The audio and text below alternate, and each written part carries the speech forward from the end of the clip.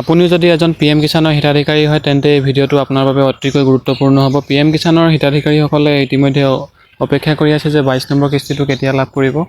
তেওঁলোকলৈ এটা জাননী আহিছে যে তেওঁলোকে ইতিমধ্যে 22 নম্বৰ কিস্তিটো হোল্ড কৰি ৰখা হৈছে এইবাবে যিহেতু 1/1/2019 পাছত যিসকলে লেণ্ড অ'নাৰশ্বিপ লৈছিলে তেওঁলোকে এটা ফিজিকেল ভেৰিফিকেশ্যন হ'ব আৰু তেওঁলোকে লেণ্ড অ'নাৰশ্বিপটো আপডেট কৰিব লাগিব। যিসকল ভুৱা হিতাধিকাৰী আছে, যিসকলে PM কিষাণৰ নামতো ভুৱাকৈ নথিপত্ৰ জমা দি পিনি বা লেণ্ড অ'নাৰশ্বিপ নকৰাকৈ টকাসমূহ লৈ আছিলে বা তেওঁলোকে লাভ কৰি আছিলে, তেওঁলোকলৈ এটা ভাৰত চৰকাৰে গুৰুত্বপূৰ্ণ তথ্য বা তেওঁলোকে নটিচ প্ৰকাশ কৰিছে যে যিসকলে লেণ্ড অ'নাৰশ্বিপ নলয় বা তেওঁলোকে যিসকলে লেণ্ড আপডেট নকৰে বা তেওঁলোকে EKYC সমূহ সম্পূৰ্ণ নকৰে, তেওঁলোকে এই আঁচনিটোৰ পৰা বঞ্চিত হ'ব।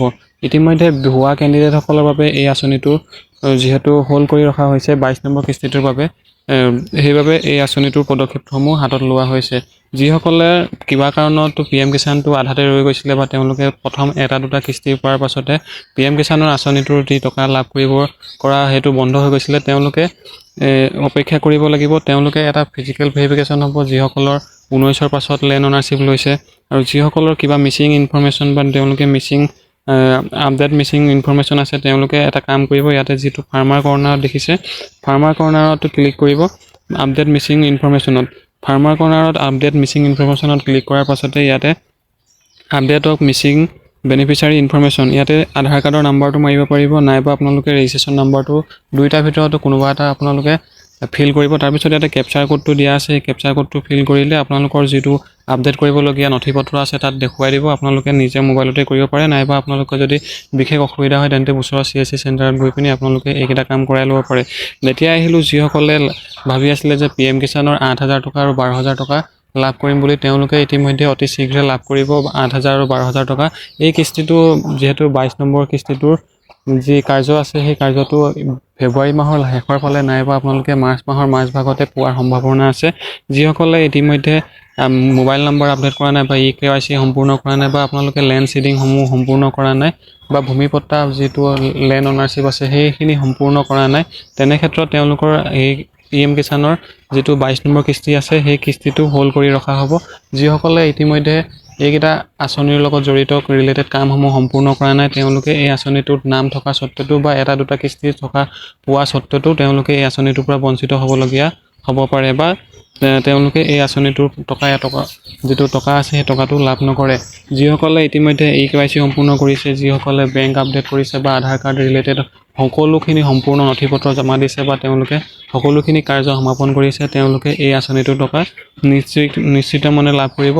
যিসকলে ভাবিছে যে 8,000 টকা আৰু 12,000 টকা লাভ কৰিম, তেওঁলোকে কোনসকল কেণ্ডিডেটে লাভ কৰিব, যিহেতু PM কিষাণৰ হিতাধিকাৰীসকলে মাহে মাহে 2,000 টকাকৈ লাভ কৰে। যিসকলৰ ইতিমধ্যে হোল্ড কৰি ৰখা হৈছে 2 মাহ বা 4 মাহ পৰ্যন্ত তেওঁলোকে এই আঁচনিটোৰ টকাসমূহ লাভ কৰা নাই, তেওঁলোকে ইয়াতে মিচিং ইনফৰমেশ্যনত যদি ক্লিক কৰে, আপডেট মিচিং ইনফৰমেশ্যনত ক্লিক কৰাৰ পাছত ইয়াতে যিটো নিউকৈ এটা পৰ্টেল খোলা আছে, ইয়াতে আপডেট মিচিং ইনফৰমেশ্যনত ক্লিক কৰাৰ পাছত এটা যিটো আপডেট কৰিবলগীয়া নথিপত্ৰ আছে তেওঁলোকে এইখিনি আপডেট কৰাৰ পাছতে তেওঁলোকে সম্পূৰ্ণ যিখিনি হোল্ড হৈ আছিলে টকা সেইখিনি টকা একেলগে পাই যাব, তেওঁলোকে নিশ্চিন্ত মনে কৰিব পাৰিব। আৰু যদি বিশেষ কিবা জানিবলগীয়া আছে তেন্তে আপোনালোকে নাও ইয়ৰ ষ্টেটাছত ক্লিক কৰিব। নাও ইয়ৰ ষ্টেটাছত ক্লিক কৰাৰ পিছত ইয়াতে ৰেজিষ্ট্ৰেশ্যন নাম্বাৰত আপোনালোকে ফিল কৰিব লাগিব। ইয়াতে যিটো অপশ্যন দিয়া আছে ৰেজিষ্ট্ৰেশ্যন নাম্বাৰ, তাৰপিছত EKYC সমূহ ফিল কৰিব লাগিব, তাৰপিছত গেট OTP কৰিব।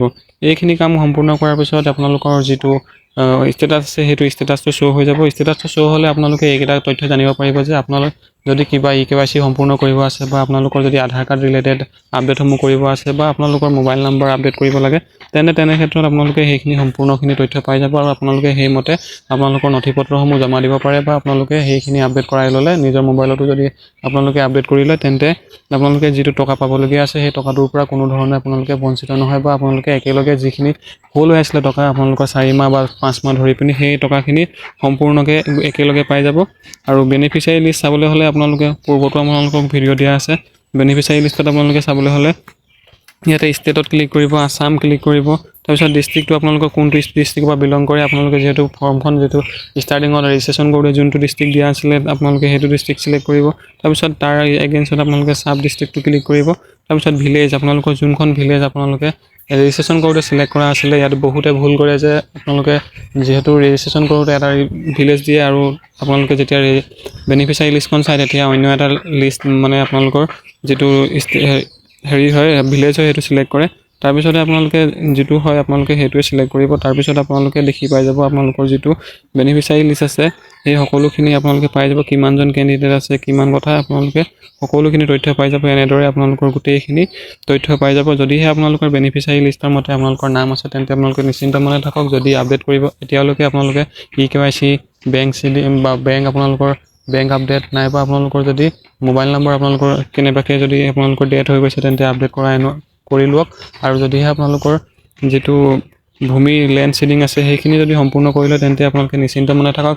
ফেব্ৰুৱাৰী মাহৰ শেষৰ ফালে নাইবা আপোনালোকে মাৰ্চ মাহৰ মাজভাগতে এই যিটো টকা আছে PM কিষাণৰ 22 নম্বৰ কিস্তিটো সেই টকাটো নিশ্চিন্ত মনে পাব। যদি ভিডিঅ'টোৰ ইনফৰমেশ্যনটো ভাল লাগিলে তেন্তে লাইক কৰিব, শ্বেয়াৰ কৰিব আৰু আগলৈ যাতে এনেদৰে জব ৰিলেটেডৰ ইনফৰমেশ্যনৰ লগতে চৰকাৰী সা সুবিধাসমূহৰ যিখিনি আঁচনি ৰিলেটেড যিটো তথ্য হয় সেইখিনি সময়মতে পাই থাকিবলৈ চেনেলটো ছাবস্ক্ৰাইব কৰক। আজিলৈ ইমানেই, ধন্যবাদ। জয় অসম।